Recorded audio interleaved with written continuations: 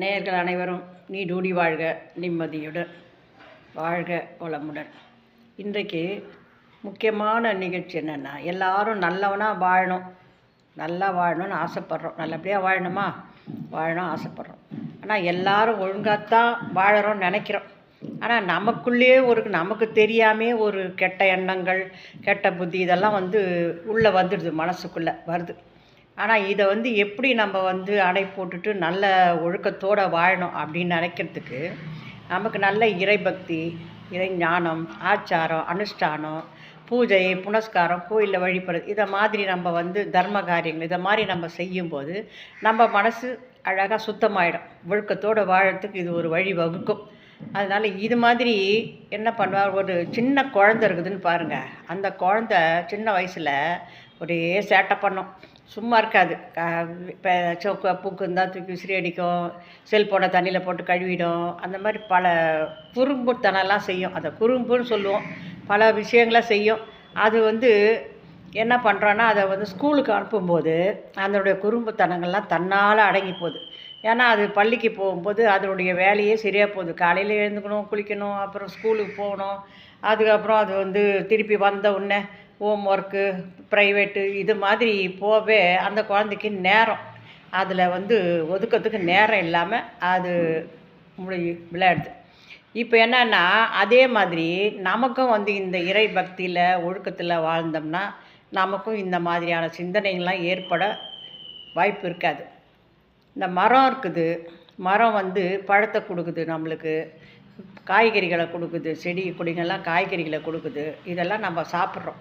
அது என்றைக்காவது நான் தான் கொடுத்த இந்த பழத்தைன்னு சொல்லியிருக்குதா? இல்லை. எத்தனையோ விஷயம். கிணத்துல தண்ணி இருக்குது, அந்த தண்ணி என்ன சொல்லுது, என்னால் தான் நீ உயிர் வாழற, நான் தான் உனக்கு தண்ணியை கொடுக்குறேன்னு ஏதாச்சும் எப்பாச்சும் சொல்லியிருக்கா? இல்லை. ஏன்னா அது எல்லாருக்கும் கொடுத்துட்டு அமைதியாக இருக்குது.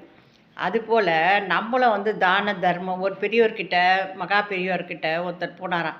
எனக்கு நோய் நொடியாக இருக்குதுப்பா, எப்போ பார் ஒன்று போனால் ஒன்றா இருக்குது, ஆனால் என்கிட்ட நிறைய பணம் இருக்குது, இருந்தாலும் எனக்கு இந்த மாதிரிலாம் வருது அப்படின்னு சொன்னாராம்.